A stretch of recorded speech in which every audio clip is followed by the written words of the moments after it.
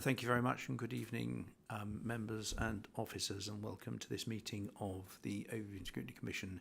And you'll have noticed that I'm not Georgia Pickering, but I'm standing in for her this evening as the Vice Chairman to chair the meeting. So, Lou, can you tell us about any apologies? Yes, Chair. I have apologies from Councillor Mackenzie Boyle, and I believe she has sent a substitute. Councillor Virgo, would you like to confirm you are substituting Councillor?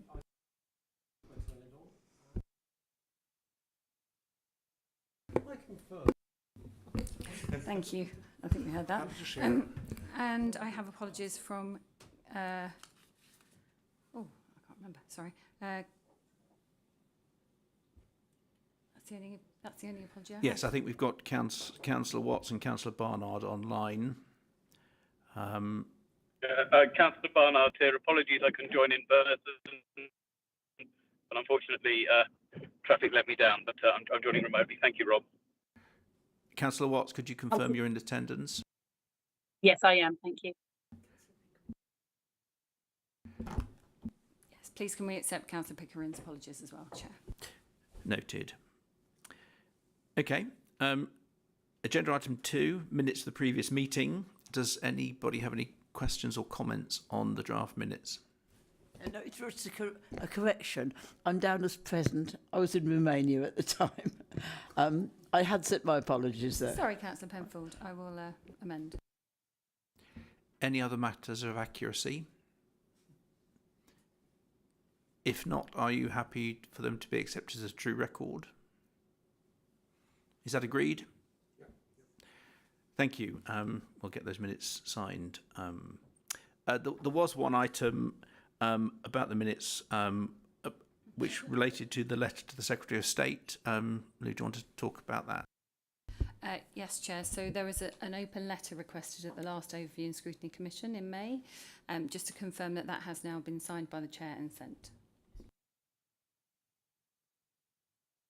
Okay, moving on to item 3, declarations of interest and party whip. Does anybody have anything to declare? No. Okay. Item 4, I haven't been notified of any urgent business. No, Chair. Okay, so that's fine. Nor have I been made aware, nor I think has the clerk, of any public participation. So that swiftly moves on to item 6, which is the Council Plan Overview Report. And I'd like to welcome the Chief Executive to speak to that. Thank you very much, and good evening, councillors. So this in front of you this evening is Q4 of the Council Plan Overview Report, so the end of the year for 24-25. So really also giving you a summary of all of the achievements as to what we've delivered over the last year. And I'll just highlight first, it's also the last time you'll see the information presented in this way. As you may recall, we've gone through an improvement exercise, and we're moving away from the in-phase product, which we use for performance management, moving towards a facility called Prism, which is using Power BI. So the reporting of this information is going to hopefully be more accessible in future reports. I will say, I'm going to caveat that, obviously. I think we'll probably have some teething issues initially as we learn how we can present it and better present it, but it does give us more flexibility, and that's the important thing. So the next quarterly report that you'll see for this new financial year will be in a different format. So some highlights and lowlights. I'll perhaps just focus on some general themes around the challenges that we have faced over the course of the last financial year, and in particular in Q4 of last year. Some of those challenges we reported continuously. One was the finances around the emerging pressures that we had during the course of the year. I'm pleased to say, though, that we have been able to bring that back into a more realistic and balanced position, and actually the position is more positive, and that's due to a whole number of reasons. Management intervention, various decisions that we made to manage and tightly manage recruitment, for example. It's a product of some of the benefits of cost avoidance through the business change programme, and then also, for example, some additional grant funding that we weren't expecting.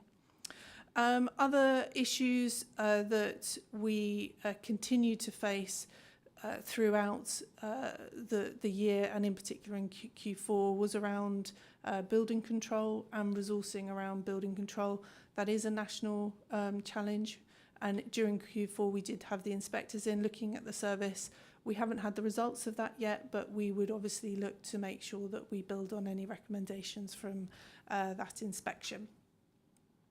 Other areas which we highlighted and also touched on the conversation that the Commission had at your last meeting and feeds into the letter that you wrote to the Secretary of State was obviously being able to unlock the provision of SEND places within the borough.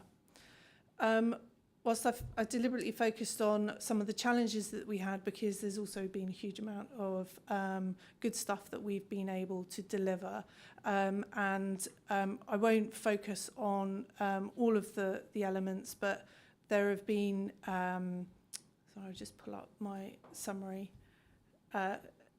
For example, a successful consultation with the climate change strategy, another successful consultation on the council's budget for this coming year, where we had 130 responses. Whilst I did say that we have found delivering additional SEND places within the borough a challenge, we have been able to deliver the 25 places at Sandhurst through the special resource provision, which I believe is being opened tomorrow, which is very exciting. We've also delivered the South East Fostering Hub, looking at how we can improve recruiting in that space. We continue to maintain 100% rated good or better schools across the borough, and we continue to do a lot of work around climate change initiatives, including planting over 7,700 native trees across the borough, continuing with our forest theme. I won't continue there. I know you'll have some questions, so if I may, Chair, I'll pause there and happy to answer any questions. Thank you, Chief Executive. I don't think we've had any technical or detailed questions submitted in advance, so I'm happy to open the floor to questions now, and I see Councillor Hafji. Thank you, Chair. Thank you, Sue. That looks really good. I've got a few questions. I guess the first one is about if we're going to have a new format. Hopefully that will be quite sort of straightforward to understand, and it won't take a while for us to cover on it. It'd be nice to get some sort of information about what that's going to look like before we actually first get the first report of that. When looking at this report, in the first 4 or 5 pages, there's a couple of the overview of the RAG ratings say that about 15% of both the KPIs and the actions are red. So we haven't achieved those. I was wondering if you could just give us some sort of a few words as to why that is, because obviously in Q4 we'd hopefully be a bit more advanced than that at this stage. And then more specifically, a couple of points. In org 1.21 on page 30, it talks about the new planning IT system. I was wondering if you can let us know what the delay is on that and when we're likely to see the new version of that. And then finally, on the delivery of the business change retention recruitment services, that's org 102 on page 29, I believe. It sort of says that we thought we'd save 1 million, but we actually saved 2.8 million. Yet it still shows as a red RAG rating. I was wondering if you can give us sort of some reasons and thoughts behind that. Thanks. Through you, Chair. So the actions that are at the moment at the end of Q4 still marked as red, they include, for example, there are 7 in total. 3 are related to SEND and the provision of places. So one includes, for example, Bucklers Park, which again was, I know, a conversation that you had at your last meeting. The others include actually are linked to some of the questions that you've just asked as well. So not linked to your question, but one is around building control, which I've mentioned, that ongoing challenge that we have around resourcing the team, and that's a national issue that we face, given the new legislation and responsibilities that have been brought in. It is a real challenge across local government. Another one is the new housing policy, which we had a delay in implementing it because we had a challenge with delivering the software. So we wanted to make sure the software, because it was the process would automatically match applicants. There was a delay in that, so we haven't been able to deliver it within Q4 of last financial year, but I'm pleased to say it's all active and being delivered as we speak. And then to the 2 points that you raised, so the planning system, that was also delayed due to software issues, but we are now expecting that to be delivered by autumn of this year. So you will see in the new report a reporting against that. And then your point around business change, we had a really successful retention and recruitment process and campaign this year. And we have managed to avoid costs of 2.8 million. The reason why we're reporting red is that not all of the areas achieved the full amount of savings, and the retention piece was around avoiding costs of agency staff. So what you see is a cost avoidance, and therefore not the pressure on the delegated staffing budgets. So what we've agreed to do is, where those work streams have not achieved the full amount of their savings, we've accrued that over to this year. So we're not writing them off. We're still looking to deliver those savings because the change has to. But what we are reporting is that in the last year that we've been able to make the infrastructural changes that we need to, that can then make sure that we've still got that strong, resilient organisation that we need. So whilst it's delivered savings and delivered cost avoidance, it's not the full picture. So we reported it red for transparency.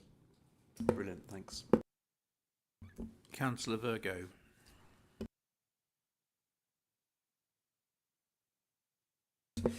Chief Inspector, can I just go back to building control? Could you give us an overview, because it's so important to us here in planning, certainly. Is it staff is a problem? Is there too many things that they've got to do a problem? Just give us an overview. I know you can't go into great detail. So the challenges around new legislation and increasing the responsibilities within local government, so moving away from the private provision, and all officers needed to go through and ensure that they had a certain level of qualification, so they all had to be certified. And then to be certified, you can then only be certified for certain types of buildings, certain types of construction. So you have different levels. So they've all of our colleagues have had to go through that process. In the meantime, it's been quite difficult if you then lose people, because there's limited now, a very limited number of people that actually have the skill set that you need. It's been quite difficult to recruit into vacancies that we've had. So it's at the moment we've still got the critical number of staff filled. We do have some agency that we've had to use. And we continue to support colleagues through that training process, through that certification process. But we're not unique in this issue. And can I just ask, are we going to have an upgraded training system that would speed up that process to get around these problems, or is it a sort of national scheme that they all have to do? It's a national certification process, but it's not necessarily the process itself. Given the new requirements, some individuals are choosing no longer to work in the industry and going elsewhere, so it is making it a challenge. It's about making it now attractive and getting the pipeline of new skills through, which takes time. Thank you. I've got a couple of questions which may form a recommendation for us to pass. The first one is about building control and the inspection. I think it would be helpful if the Commission could have a copy of the inspector's report when it becomes available, because I think we may wish to consider having a role in the development of any outcomes that follow on from that inspection in parallel with the executive member. So that will be a recommendation I'll put to the meeting, and if you're agreeable, if it passes, we can take that forward. The other is tangential to all of this, but it won't come as a surprise to know, Chief Executive, because I've asked you about this before. Is there anything you can tell us about the potential for local government reorganisation in the borough that could impact us, of which you're aware and you're able to share? Thank you. On the first point, yes, absolutely, we will do that. On the second point about local government reorganisation, as it stands at the moment, Bracknell Forest Council has received no invitation to reorganise, and it looks like there is no intention to invite small unitaries at this stage to reorganise. You will be aware in the public domain there is now a consultation on the Ridgeway Council, which is where West Berkshire is choosing to join Southam Vale in their statutory invitation to reorganise as part of the Oxfordshire local government structure. The reason why I mention that is because we obviously have shared services across different footprints, and some of those do include West Berkshire. In the short term, there is no impact, but we will obviously want to work with West Berkshire to understand that if the Ridgeway Council were to be accepted and to go ahead, we would want to understand what the impact that would be on our shared services. In terms of timelines, I understand that the proposals that the Oxfordshire authorities need to submit need to be in by the end of November, but there is no timeline allocated at the moment for government in making the decisions as to whether they will go ahead with any one of the three proposals the Oxfordshire authorities are submitting. I say that quite deliberately in terms of Oxfordshire proposals, because whilst West Berkshire will be part of the Southam Vale footprint for the Ridgeway proposal, it is only those that have been invited to reorganise that can submit the proposals. I hope that helps. Yes, I mean, there's an awful lot of rumours flying around in relation to what Slough may decide to do, and what Vale of White Horse might decide to do, and Swindon, and so on and so forth. So you're telling us at this stage there's no new information about how all of this might impact Bracknell Forest? Correct. Any other questions to the Chief Executive?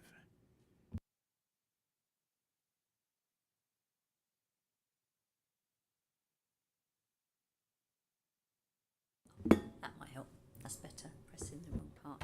It's on page 39, and it's to do with the Four Solos Together scheme, which I partook in this year. And I'd like to know how it was advertised, because I haven't undertaken it. Very few people around, like my neighbours, knew about the scheme, and how we could advertise it so it could be more successful for the coming year. Thank you. We've advertised it in various forms, including a direct mail shot to every household, and through social media channels. So it has been successful this year and was successful last year. So, and I think sometimes from experience in talking to those householders that have taken it up or haven't taken it up maybe this year is a timing perspective, you know, because they might want to, but actually next year will be better. They, you know, and they might get quotes this year and then look to do it next year. So we do mail shots and try and reach out to as many, to the whole borough as possible. And it is proving successful. So it is a rolling programme, and I hope we continue to support it going forwards.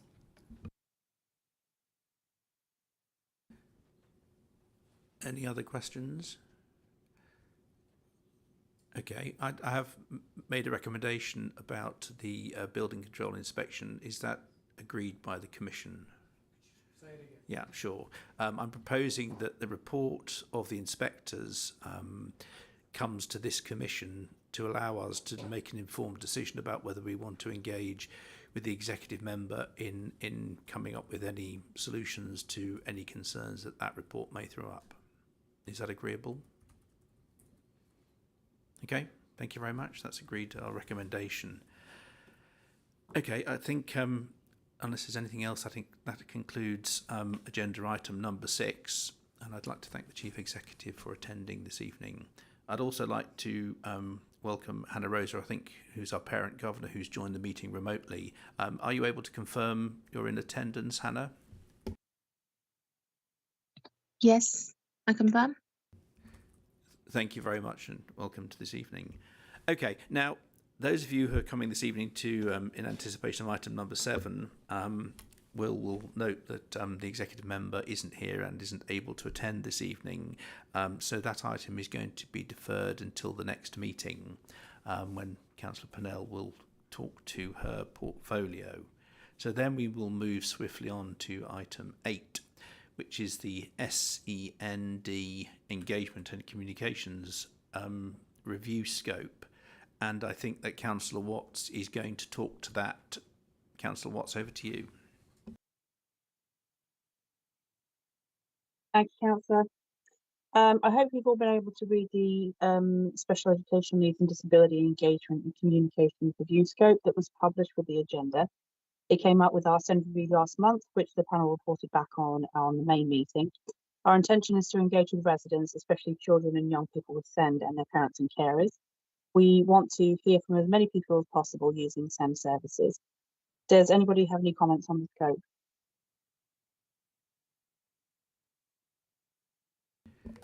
No. Okay, thank you. Thank you, Chair.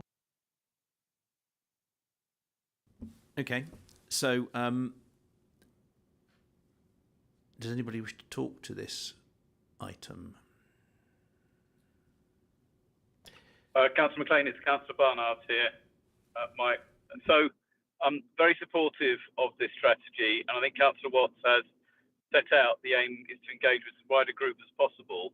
I think what we want to do is to hear from parents, carers, children, young people, what the barriers to accessing services are, and also the positive benefits of where things have gone right, because we recognise that we've still got constrained resource, but at the same time, we've got lots of things that we need to achieve. So this came out of the relevant panel, and I think it's something that we feel very passionately that we want to get moving forward. So I hope the Commission can support it. That would be great. Thank you. Any other comments? Councillor Virgo. Could I just ask, Mr. Chairman, and to the councillor, whether there is a time frame on this, so we understand it, and it will come back to us? Is that the idea? Well, this is the scoping exercise, so the panel will then carry out the work and report back. What's the timing on that? Yes, Councillor Virgo, Councillor Watts, I hope you don't mind, but it's about going to coincide with the inspection, so by November it has to report back latest.